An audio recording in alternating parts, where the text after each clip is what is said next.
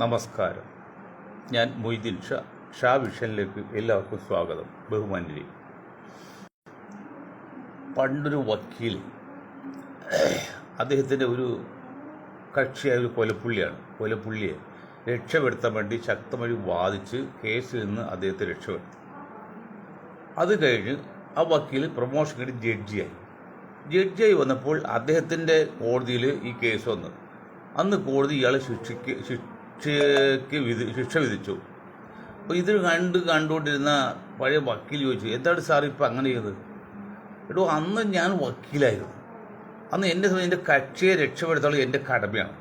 ഇത് ഞാൻ ജഡ്ജി നീതിമാനാണ്. അയാൾ കുറ്റവാളി എനിക്കറിയാം, തെളിവുണ്ട്. അതുകൊണ്ട് അദ്ദേഹം ശിക്ഷിച്ചത്. ഒരാളാണെങ്കിലും സാഹചര്യം വ്യത്യാസമുണ്ട്. ഇത്രയും കാലം നമ്മൾ ഒരുവിധം നിഷ്പക്ഷമായിട്ട് പറഞ്ഞ ഈ ചാനലിപ്പോൾ UDF അനുകൂലമായിട്ട് പറയേണ്ടി വരുന്നത് വെച്ചാൽ അതാണ് നമ്മുടെ ഇപ്പോഴത്തെ പോളിസി. അപ്പോൾ അത് നിങ്ങളെല്ലാവരും ഉൾക്കൊള്ളുകയും ചെയ്യും, നിങ്ങൾ ക്ഷമിക്കുകയും ചെയ്യണം. ഞാൻ പറയുന്നത്, ഇപ്പോൾ അസംബ്ലി ഇലക്ഷൻ നടക്കുകയാണ്.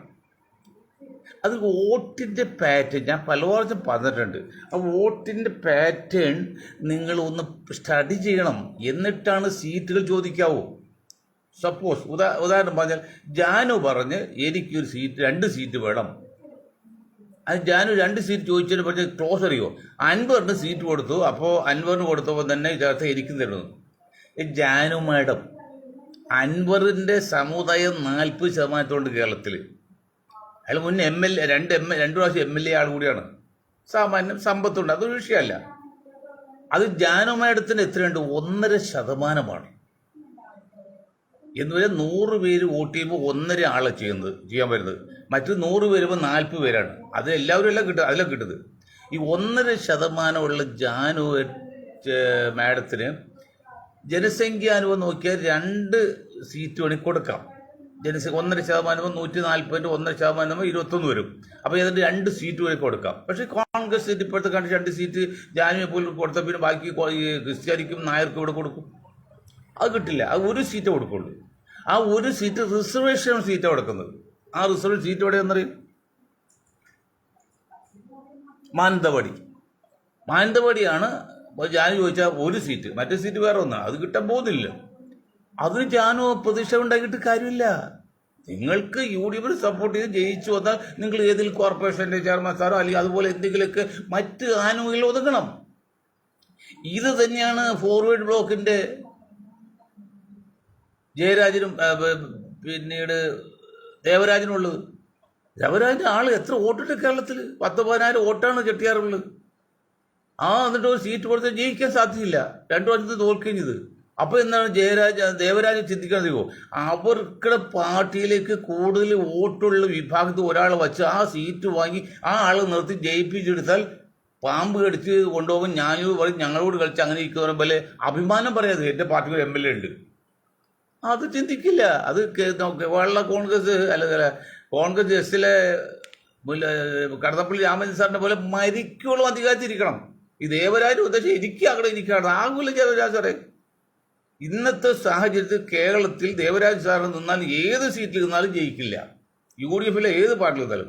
അത് കണക്ക്. അത് അദ്ദേഹത്തിന് കുഴപ്പമില്ല. അദ്ദേഹം ദേവരാജ് സാറിന്റെ കുഴപ്പമില്ല. അദ്ദേഹം മാന്യനാണ്, ഒരു സംശയക്കാത്തില്ല. പക്ഷെ വോട്ടിംഗ് പാറ്റേൺ അങ്ങനെയല്ല.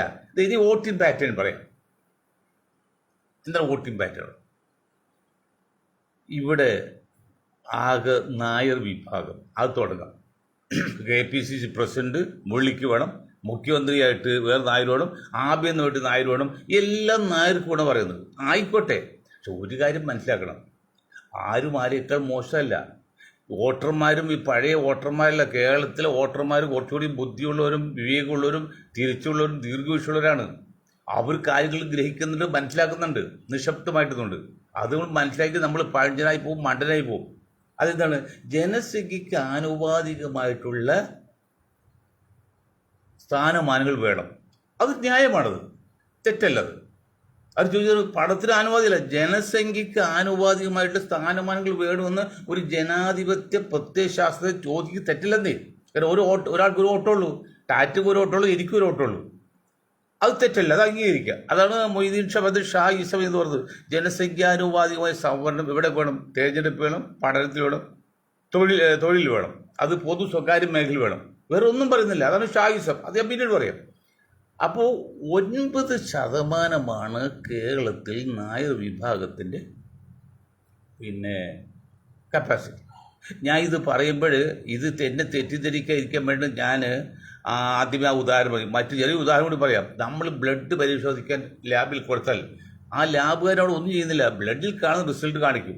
അതുപോലെ നമ്മൾ പറയുന്നത് സത്യമാണ്, കണക്കാണ്. എന്നോട് തെറ്റിദ്ധരിക്കുകയോ എന്നെ കുറ്റപ്പെടുത്തുകയോ എന്നെ ജാതി കോമര കിട്ടുക കാര്യമില്ല. ഇവിടെ വേണ്ടത് UDF ജയിക്കുക എന്നുള്ളതാണ് ആത്യന്തിക ലക്ഷ്യം. കേരളത്തെ സംബന്ധിച്ച് UDF അല്ലെങ്കിൽ കോൺഗ്രസ് നയിക്കുന്ന മുന്നണിക്ക് ആത്യന്തിക ലക്ഷ്യം ഇത്തവണ UDF അധികാരത്തിൽ വരിക എന്നുള്ള. അതിന് ലക്ഷ്യത്തിലെത്തുന്ന മാർഗം കൂടി നന്നായിരിക്കണം. എയിം ആൻഡ് എയ്ഡ്സ് പറയും. മാർഗം നമുക്ക് നന്നാവണം, ലക്ഷ്യം നന്നാവണം. ലക്ഷ്യം മെയിനായിട്ട് എന്താണ്? UDF അധികാരത്തിൽ വരിക. അതിന് മാർഗം എന്താണ്? എയ്ഡ്സ് എന്ന് പറയുന്നത് ആനുപാതികമായിട്ട് എല്ലാ വിഭാഗങ്ങൾക്കും ഏകദേശം ഒരു അഡ്ജസ്റ്റ്മെൻറ്റ് കൊടുക്കാന്നുള്ള, തുല്യമായിട്ടല്ലെങ്കിലും ഒരു 90% നീതി പുലർത്തണം. 100% പറ്റില്ല. അങ്ങനെ വരുമ്പോൾ 9% വരുന്ന നായർ വിഭാഗം, എൻ്റെ ഈ സംഭാഷണം കേൾക്കുന്ന എല്ലാ ജനങ്ങളും കാര്യങ്ങൾ നിഷ്പക്ഷമായിട്ട് മനസ്സിലാക്കിയിട്ട് എന്നെ അംഗീകരിക്കാതെ ചെയ്യാം. അല്ല എന്നെ ശത്രുവായി കണ്ടിട്ടോ കുറ്റവാളിയായിട്ടോ വർഗീയതയായിട്ട് കാര്യമില്ല. ആണെങ്കിൽ അങ്ങനെ കരുതിയാൽ പോയി എനിക്കത് മാറാനും പറ്റില്ല, സത്യമാണുള്ളത്. 9% നായർ വോട്ടന്മാരുള്ളിൽ കഴിഞ്ഞ പാർലമെൻറ്റ് ഇലക്ഷൻ വരെ ഒരു 50% പേരും BJPക്ക് ചെയ്തവരാണ്. കേരളത്തിൻ്റെ BJPയിൽ സംഘപരിവാറിൻ്റെ മെയിൻ ഭാഗം നായർ വിഭാഗം, ബേസ് അതാണ്. ഈഴന്മാർ കുറച്ചുണ്ട്, ഇപ്പോൾ അടുത്ത കാലത്ത് കുറച്ച് അത് താൽക്കാലികമാണ്. അപ്പോൾ ബാക്കി 50% കോൺഗ്രസും കമ്മ്യൂണിസ്റ്റും വോട്ട് ചെയ്തത്. ആ 50%-ൽ ഒരു 2-3% കോൺഗ്രസും 30% കോൺഗ്രസും 20% കമ്മ്യൂണിസ്റ്റ് വോട്ട് ചെയ്തത്. എന്നിട്ടാണ് ആകെ മന്ത്രിമാരിൽ 10+1 ഡെപ്യൂട്ടി സ്പീക്കർ 11 പേർക്ക് കൊടുത്തത്. അപ്പോൾ അവർക്ക് കിട്ടാവുന്ന ഏറ്റവും വലിയ ഒരു ആനുകൂല്യമാണത്. വെള്ളാപ്പള്ളി ചോര മുന്നിൽ നിർത്തിക്കൊണ്ട് കളി മുഴുവൻ കളിച്ച്, അതൊന്നും മറ്റു വെള്ളാപ്പള്ളി അല്ല പിണറായി മുന്നിൽ നിർത്തുള്ളൂ, അതൊന്നും വെള്ളാപ്പള്ളിക്ക് വരെ തടസ്സമില്ല. എന്നാൽ വെള്ളാപ്പള്ളിയോ 23% വന്ന് 70 എത്രയുണ്ടോ 4-5 മന്ത്രിയുള്ളൂ, പ്രധാനപ്പെട്ട സ്ഥാനം ഒന്നുമില്ലാലും. അതൊന്നും വെള്ളാപ്പള്ളിക്ക് പ്രശ്നമില്ല. മുസ്ലിങ്ങൾ പറഞ്ഞിട്ട് അത് തട്ടിപ്പറിയുക. അപ്പോൾ 9% നായർ വിഭാഗത്തിൽ 50% ആർക്കാണ്? BJPക്കും, ബാക്കി 3% കോൺഗ്രസ്, 20% കമ്മ്യൂണിസ്റ്റും. ഇപ്പോൾ അത് ഒരു 70% വരെ BJPക്ക് ആകാം. അതിന് മറ്റ് പല കാരണങ്ങളുണ്ട്. അപ്പോൾ 70% പോയി കഴിഞ്ഞാൽ ദേവരാജ് ഉൾപ്പെടെ CP ജോൺ ഉൾപ്പെടെ എല്ലാ UDFൻ്റെ നേതാക്കളും മനസ്സിലാക്കാൻ വേണ്ടി പറഞ്ഞത്, ജോസഫ് ഗ്രൂപ്പ് ഉൾപ്പെടെ, ലീഗ് ഉൾപ്പെടെ, നിങ്ങൾ രാഷ്ട്രീയക്കാരാണ്, തന്ത്രമൊക്കെ ഉണ്ട്, ബുദ്ധിയൊക്കെ ഉണ്ട്, ഒക്കെ ചില പണമുണ്ട്. പക്ഷെ ഇങ്ങനെയുള്ള രീതിയിൽ നിങ്ങൾ ചിന്തിക്കുന്നില്ലെന്ന് വേണം അനുഭവം കൊണ്ട് പറയാം. അങ്ങനെ അനുഭവം ഞങ്ങളുടെ ഗ്രൂപ്പ് പറയുന്നത് നിങ്ങൾ ചിന്തിക്കണമെന്ന്, അത് ചിന്തിക്കാൻ വേണ്ടി വേണം അനുഭവം. ഗുരു time and tide will not wait none. സമയ സന്ദർഭം ആരും കാത്തിരിക്കില്ല. ഇതൊരു നിർണായക ഘട്ടം നിങ്ങൾക്കറിയാം. അത് UDF നേതാക്കളെ പറഞ്ഞു ഇതൊരു നിർണായക ഘട്ടമാണ്. ആ നിർണായക ഘട്ടത്തിൽ എന്തെങ്കിലും ചുവട് ചേർച്ചാൽ പിന്നെ തിരിച്ചെടുക്കാൻ പറ്റില്ല. അതുകൊണ്ട് 9% ഇത് 70% 30%. 30%ത്തിലാണ് 2% കോൺഗ്രസും ഒരു 10% കമ്മ്യൂണിസ്റ്റും എന്ന് പറഞ്ഞാൽ 110 പേര് വോട്ട് ചെയ്യുമ്പോൾ ഒരു വോട്ടാണ് UDF കിട്ടുന്നത്. കണക്ക് ശരിക്കും മനസ്സിലാക്കണം, ഞഞ്ഞ പറയരുത്. 110 വോട്ടർമാർ വന്ന് വോട്ട് ചെയ്യുമ്പോൾ ഒരു വോട്ടാണ് നായർ വിഭാഗത്തിൻ്റെ UDF കിട്ടുന്നത്. ഏതൊരു 3/4 വോട്ടാണ് LDF കിട്ടുന്നത്. അല്ല, എന്നിട്ടാണ് അവർ എല്ലാ സ്ഥാനമാനം ആഗ്രഹിക്കുന്നത്. സ്ഥാനം കിട്ടിക്കോട്ടെ, നമുക്ക് വരാതില്ല. പക്ഷെ ഒരുവിധമൊക്കെ ഒരു രീതി വേണ്ടേ, അല്ലെങ്കിൽ ആൾക്കാർ വോട്ട് ചെയ്യും. മറ്റ് ഈഴ വിഭാഗമാണ്. ഈഴ പേര് 23%. 23%-ൽ 80% വോട്ടും കഴിഞ്ഞ പാർലമെൻറ്റ് ഇലക്ഷൻ വരെ LDF ചെയ്തവരാണ്. അതന്ന് മന്നത്ത് പത്മാവൻ അദ്ദേഹം ഒരു കാര്യം പറഞ്ഞു, 3 കാര്യം പറഞ്ഞു. ജനിച്ച ചോനും കേൾക്കുന്നതിന് ചന്ദ്രത്ത് പപ്പനാഥ് എതിരായിട്ട് ആർശങ്കർ മുഖ്യമന്ത്രി ഇപ്പോൾ പുള്ളി നാടുവിടാൻ പോയ ആളാണ് കേട്ടോ. അപ്പോൾ ആൾ വലിയ ദൈവമായിട്ട് കണക്കാക്കേണ്ടിയും. അത് പറയും, ജനിച്ച ചോനും പിഴച്ച നായരും നശിച്ച മാപ്പിളയും. നശിച്ച മാപ്പിള മുസ്ലിം വിടും ക്രിസ്ത്യാനി രണ്ടും വിടും. മാപ്പിള തോമസ് മാപ്പിളയും പറയാം, മരക്കാർ മാപ്പിളയും പറയാം. അപ്പോൾ മാപ്പിള നമ്മൾ ക്രിസ്ത്യാനിയും വിടും, മുസ്ലിം വിടും. ഒരിക്കലും പറയാം, ജനിച്ച ചോനായി ജനിച്ചോ അവൻ കമ്മ്യൂണിസ്റ്റാണ്. പിഴച്ചു പോയ എന്നുവെച്ചാൽ ജീവിതത്തിൽ ചിലപ്പോൾ തെറ്റുപറ്റിപ്പോയി എങ്ങനെയെങ്കിലൊക്കെ തോറ്റുപോയ ആൾക്കാർ. പിന്നെ നശിച്ച മാപ്പിളയും. ഇത് 3 കമ്മ്യൂണിസ്റ്റാണ് അന്നത്തെ പറഞ്ഞത്, ഞാൻ പറഞ്ഞതല്ല. എന്ത് പോട്ടെ. അപ്പോൾ 80% ഇത്തവണ പിണറായി വരികയാണെങ്കിൽ, അല്ലെങ്കിൽ LDF വരികയാണെങ്കിൽ ഒരു 90% ഈഴ വോട്ട് കമ്മ്യൂണിസ്റ്റ് പാർട്ടിക്ക് ചെയ്യുമാക്കാൻ യാതൊരു സംശയമില്ല. എന്ന് പറഞ്ഞാൽ ബാക്കി 10% വോട്ടാണ് UDF പിന്നെ BJP കിട്ടുന്നത്. അത് തുല്യമായിട്ട് പോയാൽ 100 വോട്ട് ചെയ്യുമ്പോൾ 10 വോട്ട്, അത് 4-1 23% എന്നുള്ളത്. 4-1 പറയുമ്പോൾ ഏതാണ്ട് 2-2 പോയാൽ 100 ഈ വോട്ടർമാർ വന്ന് ആകെ വോട്ട് ചെയ്യുമ്പോൾ 1 വോട്ടാണ് LDF UDF BJP കിട്ടുന്നത്, UDF BJP കിട്ടുന്നത്. മനസ്സിലാക്കി? 8 വോട്ട് കിട്ടുന്നത് ആർക്കാണ്? ഈ LDF ബാക്കി 1 വോട്ട് UDF, 1 വോട്ട് BJP. കണക്കിൽ തെറ്റിട്ട് സംസാരിക്കാൻ പറയാം. മറ്റൊന്ന് ക്രിസ്ത്യൻ സമുദായം 18% പറയില്ല, അതൊന്നും ഇല്ലാതെ പൗരനെ സംബന്ധിച്ച് ആകെ 15%. 15% 5% കണ്ണൂർ ക്രിസ്ത്യ. അവർ ക്രിസ്ത്യാനിയല്ല, ദളിതമല്ലാതെ ത്രിശങ്കു സ്വർഗത്തിൽ പോലെ പോയി. കൂത്താങ്കിരി പറക്കാൻ പഠിച്ചൂലെ, പറക്കാനും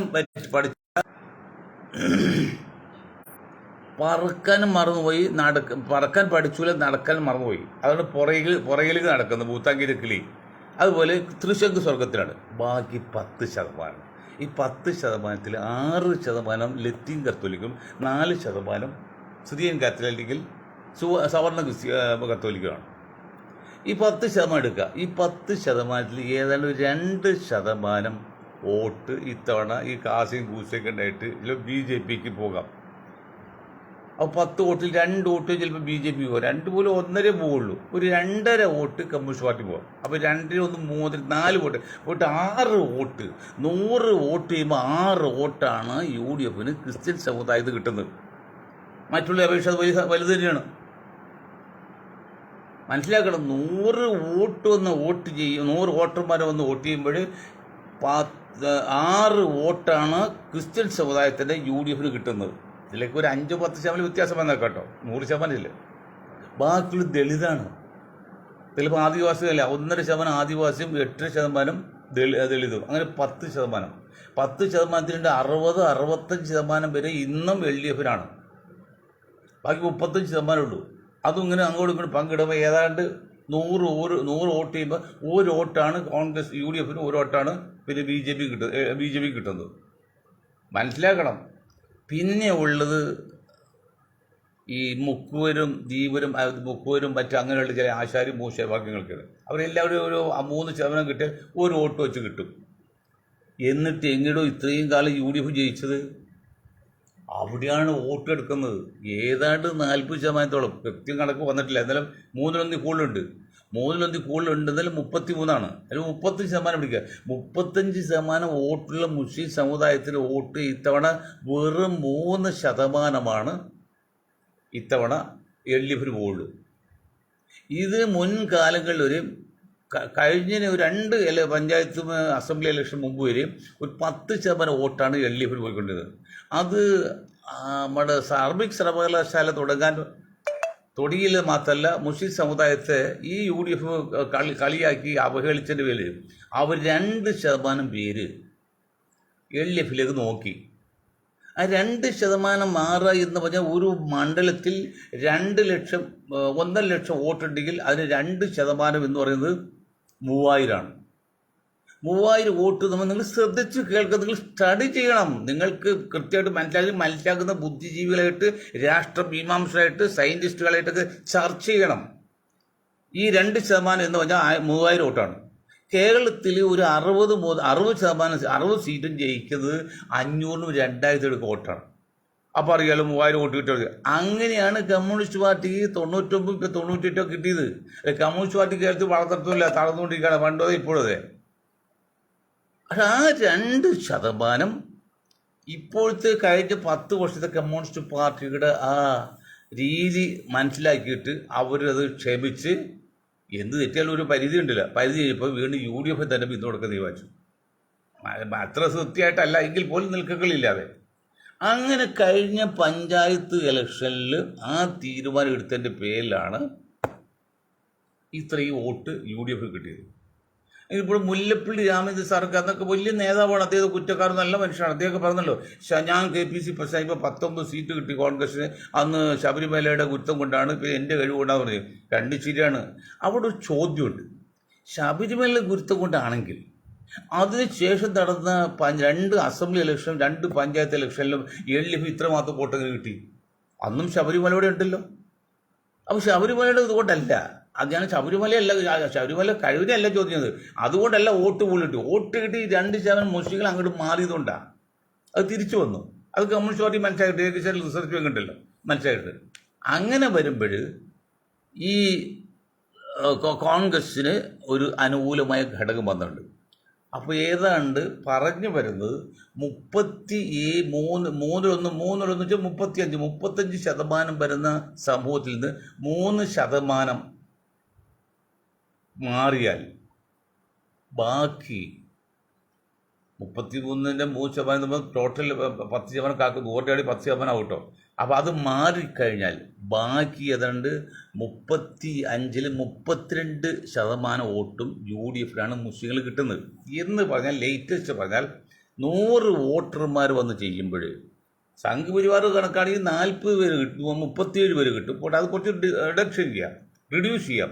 അങ്ങനെ ചെയ്യുമ്പോൾ 32 പേര് വോട്ട് ചെയ്യുന്നത് UDFിനാണ്. മനസ്സിലാക്കണം. ആ 32 പേര് ഗ്രൂപ്പിലാണ് അൻവർ പെട്ടിരിക്കുന്നത്.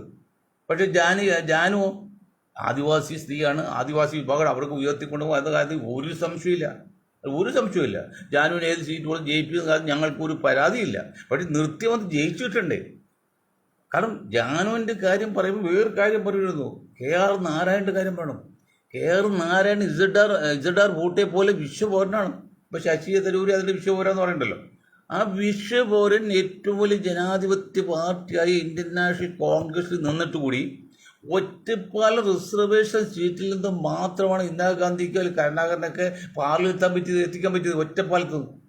അപ്പോൾ KR നാരായണേക്കാൾ വലിയൊരു, അംബേദ്കറിന് ശേഷം ഇന്ത്യ കണ്ട ഏറ്റവും വലിയ ദളിത് നേതാവാണ് KR നാരായണൻ, പ്രസിഡന്റ് മാത്രക്കാള്. അത്രയൊന്നും വല്ലതല്ലോ ജാനു ഒന്നും.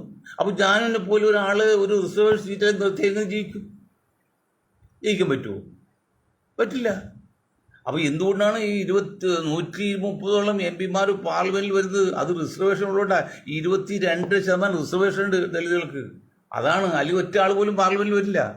അങ്ങനെ വരുമ്പോൾ ജാനുവൊക്കെ സീറ്റ് വേണ്ടി കടുംപിടുത്തം പിടിക്കരുത്. കടുംപിടുത്തം പിടിച്ചാൽ അത് നാശമാണ്, ആപത്താണ്.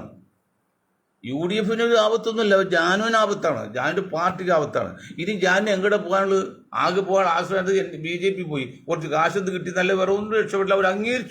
അവർ അംഗീകരിക്കില്ല, ആദിവാസികളൊന്നും അവരംഗീകരിക്കില്ല. അത് വേറെ കാര്യം. അപ്പോൾ ക്ഷമയോടുകൂടി ജാനുവും പാർട്ടിയും UDFിൽ ഉറച്ചു നിൽക്കുക. ഇനി മറ്റൊരു കാര്യം പറഞ്ഞാൽ ജോസഫ് ഗ്രൂപ്പ് സാറിനൊക്കെ ഞാൻ ഉപദേശിക്കുക ആളല്ല, എങ്കിൽ പറയാതിരിക്കുമല്ല. നിർണായകമായ ഘട്ടമാണ് ഈ UDF തെരഞ്ഞെടുപ്പ്. നിങ്ങളൊന്ന് ബീഹാറിൽ നോക്കി, ജോസഫ് സാറ്, PC തോമസ് എൻ്റെ വളരെ സുഹൃത്തും എൻ്റെ വളരെ നേതാവൊക്കെയാണ്. നിങ്ങൾക്ക് ജോസഫ് ഗ്രൂപ്പിൻ്റെ നേതാക്കൾ നിങ്ങളൊന്ന് ആലോചിച്ച് നോക്കി. ബീഹാറിലേക്ക് ഒന്ന് കണ്ടുപോയി. 100 സീറ്റാണ് അവിടെ കോൺഗ്രസ് ആവശ്യപ്പെട്ടത്. 100 സീറ്റും ലാലുജിയുടെ, ഞാൻ പണ്ട് മണ്ടേത് വാക്കും ഇപ്പോൾ പറയാൻ കൊള്ളാം, നമ്മൾ UDF എന്നൊക്കെ പറയാൻ പറ്റില്ല, ലാലുജിയുടെ മകൻ കൊടുത്തു. രാഹുൽ സീറ്റ് ചെയ്തു, ജയിച്ചത് 24-1, 3 ഭാഗം തോറ്റു. അതുകൊണ്ടാണ് ബീഹാറിൽ ഭരണം പോയത്. അല്ലെങ്കിൽ അവിടെ ഒരു 60 സീറ്റ് കോൺഗ്രസ് വാങ്ങിക്കും, ബാക്കി 40 സീറ്റ് കൂടി ലാലുവിൻ്റെ പാർട്ടി കൊടുത്തിരുന്നെങ്കിൽ അവിടെ ബീഹാറിൽ ഇന്ന് കോൺഗ്രസ് മുന്നണി ഭരിക്കുമായിരുന്നു. അപ്പോൾ ഇത്തവണ UDF ഭരണം കളയാണ് ജോസഫും തോമസും ഒക്കെ ആഗ്രഹിക്കുന്നതെങ്കിൽ എനിക്കിവരൊന്നും പറയാനില്ല. അത് നിങ്ങൾ മനസ്സിലാക്കണം. ഞാൻ ഇന്നലെ എത്ര സീറ്റിൽ മത്സരിച്ചു എന്നുള്ള അല്ലടോ കണക്ക്, നിങ്ങൾ എത്ര സീറ്റിൽ ജയിച്ചു. കാരണം വലിയ കുളത്തിലെ ചെറിയ മീനിനെ ആരും ശ്രദ്ധിക്കില്ല, ചെറിയ കുളത്തിലെ വലിയ മീനെ ശ്രദ്ധിക്കും. അതുപോലെ നിങ്ങൾ 10 സീറ്റിൽ മത്സരിച്ചു, ഇലക്ഷൻ സമയത്ത് ഉണ്ടാവും ആ 10 സീറ്റ് മത്സരിച്ചു, അതങ്ങൾ വിട്ടുപോയി. നിങ്ങൾ എത്ര MLA 2 MLA അത് കണക്കാക്കുള്ളൂ. അത് നിങ്ങൾ 6 സീറ്റിൽ മത്സരിച്ചിട്ട് ഒരു 4 പേര് ജയിക്കുകയാണെങ്കിൽ അത് നിങ്ങൾക്ക് നല്ലത്. അത് ചെറിയ കുളത്തിൽ വലിയ മീനാവും, അല്ലെങ്കിൽ വലിയ കുളത്തിൽ ചെറിയ മീനാവും. ഏതുകൊണ്ട് നിങ്ങൾ തീരുമാനിക്കാം. ഇതിനെല്ലാം കോൺഗ്രസ് നേതാക്കളെ ഒന്നും കുറ്റം പറയരുത്. അവർക്കൊക്കെ പരിധിയുണ്ട്. നിങ്ങൾ ആരും ഉപേക്ഷിച്ച കോൺഗ്രസ് നേതാക്കളോ സതീശൻ സാറിനോ ഒന്നും താല്പര്യമില്ല. എല്ലാവരും ഉൾക്കൊണ്ടു പോകാൻ ആഗ്രഹം, അങ്ങനെ തീരുമാനവും. പക്ഷെ നിങ്ങൾ സഹിക്കാൻ പറ്റാതെ പറഞ്ഞാൽ എന്ത് ചെയ്യാൻ പറ്റും? മുസ്ലിം ലീഗ് ഞാൻ ചെറിയ രീതിയിൽ പേര് മാറ്റത്തെക്കുറിച്ച് വേറെ വിമർശനമില്ല. അവർ ഒരുപാട് അമിക്കബിൾ സെറ്റിൽ അമിക്കുന്നുണ്ട്. കഴിഞ്ഞ സീറ്റുകൾ കൂടുതൽ വേണ്ട 2 സീറ്റ് അമുസ്ലിങ്ങൾക്ക് കൊടുക്കും, അല്ലെങ്കിൽ സ്വതന്ത്രന്മാർക്ക് കൊടുക്കും, മറ്റു CP ജോണിനെ കൊടുക്കാം. അതൊക്കെ നല്ല കാര്യമാണ്, സംശയമൊന്നുമില്ല. അപ്പോൾ മുസ്ലിം ലീഗ് എല്ലാ കാലത്തും ഒരു അമിക്കബിൾ സെറ്റിൽമെൻറ്റാണ്. അവർക്ക് ആകെയുള്ള ഒരേ ഒരു പോരായ്മ എന്നുകൊണ്ട് ആ ജാതി പേര് ഉപയോഗിക്കുന്നത്. വേറെ ഒരു മിസ്റ്റേക്ക് അവരില്ല നേതാക്കളത്. മറ്റെല്ലാ പല പാർട്ടിയെ അപേക്ഷിച്ച് അവരൊക്കെ ഒരുപതി അഴിമക്കാരുമില്ല, മര്യാദക്കാരും ഒക്കെയാണ്. പക്ഷെ മുസ്ലിം എന്ന പദം ഉപയോഗിക്കുന്നത് വേണം, ജാതി പേര് ഉപയോഗിക്കുന്നതാണ് വെള്ളപ്പിള്ളിക്ക് കളിയാക്കുന്നത്. അത് ഞാൻ ഇനിയിപ്പോൾ പറയില്ല, അതൊക്കെ പണ്ട് പറഞ്ഞറിയാം. അപ്പോൾ ജോസഫ് സാറ് മനസ്സിലാക്കണം. അപ്പോൾ RSP ആരാണെങ്കിലും നിങ്ങൾ എത്ര സീറ്റിൽ മത്സരിച്ചു എന്നല്ല സാർ. ഇതൊക്കെ നിങ്ങളോട് ഒരു പഞ്ചായത്ത് മെമ്പർ പോലും ആകാത്ത മൊയ്തീൻ ഷായും ഗ്രൂപ്പ് പറയുന്നു എന്നുള്ളപ്പോൾ എനിക്ക് സങ്കടവും ലജ്ജയും തോന്നുന്നുണ്ട്. എത്ര സീറ്റിൽ മത്സരിച്ചു എന്നുള്ളതല്ല, അതല്ല അതിൻ്റെ കണക്ക്, അതിൻ്റെ ശക്തി. നിങ്ങൾ എത്ര പേര് അസംബ്ലിയിലുണ്ട്, അതാണ് ശക്തി. ഞാൻ ഒരിക്കൽ കൂടി പറയാണ്, നിങ്ങൾ 10 സീറ്റിൽ മത്സരിച്ച് 2 സീറ്റ് കിട്ടുകയാണെങ്കിൽ നിങ്ങൾ അട്ടർലി ഫെയിലിയർ ആകും. UDF ക്ഷീണം ചെയ്യും, നിങ്ങൾ നശിക്കും. ഇനി നിങ്ങൾ LDF പോകുകയാണെങ്കിൽ പോയിക്കോ, കുഴപ്പമൊന്നുമില്ല. അതുകൂടി നിങ്ങൾ നശിക്കും, UDF രക്ഷപ്പെടും. അതല്ലേ, നിങ്ങൾ LDF പോകാൻ ശ്രമിക്കും, മാണി കോൺഗ്രസ് പിളരും, നിങ്ങളുടെ പിളർന്ന് നല്ലൊരു ശതമാനം അപ്പോൾ LDF വരും, UDF വരും. പിന്നെ ശക്തി കുറഞ്ഞാൽ പാഴ് വസ്തുക്കളൊക്കെ LDF നിൽക്കും. അവിടെ നിങ്ങൾ നശിച്ചു പോകും. അതൊക്കെ വെറുതെ ആവശ്യം കൊടുക്കരുത്. അതുകൊണ്ട് ജോസഫ് ഗ്രൂപ്പ് നേതാക്കളെ നിങ്ങൾ ഒന്നുകൂടി ശ്രദ്ധിക്കണം. അല്ലെ RSP നിങ്ങൾ ഒന്നുകൂടി ശ്രദ്ധിക്കണം. RSP പിള്ളേരായിരുന്നു പോരുത്. CP ജോൺ സാറ് പറഞ്ഞാൽ ആ ഒരു സീറ്റ് അദ്ദേഹത്തിന് ജയിക്കേണ്ടതാണ്. പക്ഷേ ശക്തി വേണമെന്ന്, എവിടെ ശക്തി അവിടെ അംഗീകാരമുണ്ട്. പണം മാത്രം പോരല്ലോ. ഞാൻ പറഞ്ഞ ഒരിക്കൽ കൂടി പറയും, 100 വർഷമാകാൻ ഇനി 1 ഡസൻ വർഷം മതി. 12 വർഷം കഴിഞ്ഞാൽ 100 വർഷമാകും. ഏത് ഫോർവേഡ് ബ്ലോക്ക്, ആദ്യം പേര് മാറ്റി ഓൾ ഇന്ത്യ ഫോർവേഡ് ബ്ലോക്ക് ഇന്ത്യയിൽ രൂപീകരിച്ചിട്ട്, അത് സുഭാഷ് ചന്ദ്രബോസ്. 100 വർഷമാകാൻ പോകുന്ന പാർട്ടി കേരളത്തിൽ ഒരു MLA പോലും ഉണ്ടാക്കാൻ പറ്റിയില്ലെങ്കിൽ ആ പാർട്ടി പിരിച്ചുവിടാല്ലേ വേണ്ടത്. എന്ത് നിങ്ങൾ ന്യായീകരണം പറയൂ? എന്ത് 100 വർഷം ഞങ്ങൾ പ്രവർത്തിച്ചിട്ട് ഒരു MLA ഉണ്ടാക്കാൻ പറ്റില്ല എന്ന് പറഞ്ഞാൽ ദേവരാജൻ നിങ്ങൾ എന്ത് ന്യായീകരണം പറയും? ഞാൻ വീണ്ടും പറയും, നിങ്ങൾ വ്യക്തിമായിട്ട് ഒരു കുഴപ്പമില്ല, വളരെ നല്ല മനുഷ്യനാണ്, ഒരു കുഴപ്പം ഞങ്ങൾ നേതാവ് ഞങ്ങൾ അംഗീകരിക്കുകയും ചെയ്യും. പക്ഷെ അതുകൊണ്ട് കാര്യമുണ്ടോ? 100 വർഷമായിട്ട് ഒരു MLA ഉണ്ടാക്കാൻ പറ്റുമോ? അറ്റ്ലീസ്റ്റ് ലീഗ് ഉണ്ടാക്കി 78 വർഷമായാലും അവർ കേരളത്തിൽ എത്ര പ്രാവശ്യം ഭരണത്തിലോ? എന്ത് പറ്റിയത്? 100 വർഷം ആയിട്ടില്ലേ? 12 വർഷം, 88 വർഷം കഴിഞ്ഞ് 88 വർഷം കഴിഞ്ഞിട്ട് ആ പാർട്ടി കേരളത്തിൽ ഒരു MLA ഉണ്ടാക്കാൻ പറ്റിയില്ല എന്ന് പറഞ്ഞാൽ അതിന് നേതാക്കൾ കഴിവേട് തന്നെയാണ്. അതെന്താണ് നിങ്ങൾ പോരായ്മ മനസ്സിലാക്കിയോ? ഇല്ല, പോരായ്മ ഞാൻ ചൂണ്ടിത്തരാം. ഞങ്ങൾ രാഷ്ട്രീയത്തിൽ 10 വർഷം സർവീസുകളാണ്, ഒരു പഞ്ചായത്ത് മെമ്പറും ആക്കാതെ. നിങ്ങൾ ദേവൻ ചെയ്യാമല്ലേ, നിങ്ങൾ മത്സരിക്കുമ്പോൾ ആ മത്സരിക്കുന്ന സ്ഥാനാർത്ഥിയുടെ ജാതി മതവും ഇല്ല എന്നാലും ഇന്ത്യയിൽ പ്രത്യേകിച്ച് ജാതി മതം മാത്രമല്ല ഭയങ്കര അധംപതിച്ചു പോയില്ലേ, ജാതിയിലേക്കാണ് വീട് പോയില്ലേ. എന്ത് പറയുമ്പോൾ ജാതിയാണ്, അല്ലാതെ ഇതുമില്ല. അത് തെറ്റാണ്, 100% തെറ്റാണ്. പക്ഷെ സാഹചര്യം മാത്രമല്ല. അങ്ങനെ വരുമ്പോൾ ഞങ്ങൾ മനസ്സിലാക്കിയൊരു കാര്യമുണ്ട്. ഞങ്ങളുടെ ഗ്രൂപ്പ് 31 പേരുടെ ഗ്രൂപ്പ്, അല്ലെങ്കിൽ ഒരാൾ മാത്രം ഞാൻ വേറെ ഏറ്റവും താഴെയുള്ള ഞാനാണ്, ബാക്കി എല്ലാം 30 പേരും എന്നോട് മെച്ചമാണ്. അവർ പറയുന്നത് ഒരു 30% വോട്ടെങ്കിലും ആ മണ്ഡലത്തിൽ, ആ വിഭാഗത്തിൽ, ആ ജാതിയിലുണ്ടായിരിക്കണം. അങ്ങനെ ഒരാൾ നിർത്താവോ? ബാക്കി പോയിട്ട് പോരാ, ആകെ 50 കിട്ടിയാലും 40 കിട്ടിയാൽ മതിയല്ലോ, അല്ലെങ്കിൽ 45 കിട്ടിയാൽ മതി. 40 കിട്ടും, ബാക്കി 30 ഉണ്ടെങ്കിൽ അതിൽ എല്ലാം കിട്ടൂല. ഒരു 10-60 കിട്ടിയാലും ബാക്കി 10-60 പേരെ എടുക്കാം. അങ്ങനെ അല്ല, ജയിപ്പിക്കാനും പറ്റൂല സാർ, പറ്റൂലത്. ജാതി മതം നോക്കിയാണ് കുറേ വർഷമായിട്ട് ഇന്ത്യയിൽ ഇലക്ഷൻ നടക്കുന്നത്. സ്ഥാനാർത്ഥി നിർണയം പോലും ജാതി മാത്രം, ഉപജാതി നോക്കാണ് കമ്മ്യൂണിസ്റ്റ് പാർട്ടി പോലും. ഇതൊക്കെ നിങ്ങൾ എന്താ മനസ്സിലാക്കാത്ത? നായരാണ് കൂടുതലെങ്കിൽ അവിടെ ഹിന്ദുവായിട്ട് കാര്യം നായർ നിർത്താം. അതുകൊണ്ട് ദയവ് ചെയ്ത് നമ്മുടെ മുഖ്യ ലക്ഷ്യം എന്നുകൊണ്ട് UDF അധികാരത്തിൽ കയറുക എന്നുള്ളതാണ്. അതാണ് മുഖ്യ ലക്ഷ്യം. അതിൻ്റെ ലക്ഷ്യത്തെ എത്താൻ മാർഗം നന്നായിരിക്കും. ആ മാർഗമാണ് പറഞ്ഞ് എല്ലാവർക്കും ജനസംഖ്യയ്ക്ക് ആനുപാതികമായിട്ട് ഏകദേശം ഒരു അഡ്ജസ്റ്റ് ചെയ്യണം. ആ നിലക്ക് ഒരു 47 സീറ്റെങ്കിലും മുസ്ലിം സമുദായത്തിൽ കൊടുത്ത് അവരെ തൃപ്തിപ്പെടുത്തിയില്ലെങ്കിൽ കിട്ടുന്ന സീറ്റ് ഓരോരുത്തരും മാറ്റി മാറ്റി തിരിച്ച് അവസാനം അവർക്ക് കൊടുക്കാൻ സീറ്റില്ലെങ്കിൽ 20ാമത്തെ സീറ്റ് തള്ളി കയറ്റുകൾ നോക്കിക്കഴിഞ്ഞാൽ എനിക്ക് കുഴപ്പമില്ല, എൻ്റെ പാർട്ടി കുഴപ്പമില്ല, UDF വോട്ട് ചെയ്യും. പക്ഷേ മുസ്ലിം ജനസാമാന്യം പബ്ലിക്കിന് കിട്ടാൻ പ്രയാസമാണ്. അത് ശ്രദ്ധിച്ച് ചെയ്യണമെന്ന് പറഞ്ഞുകൊണ്ട് ഞാൻ എൻ്റെ വാക്കിൽ നിർത്താൻ നിങ്ങൾക്ക് ഒരായി നന്ദി. ജയ് ഹിന്ദ്.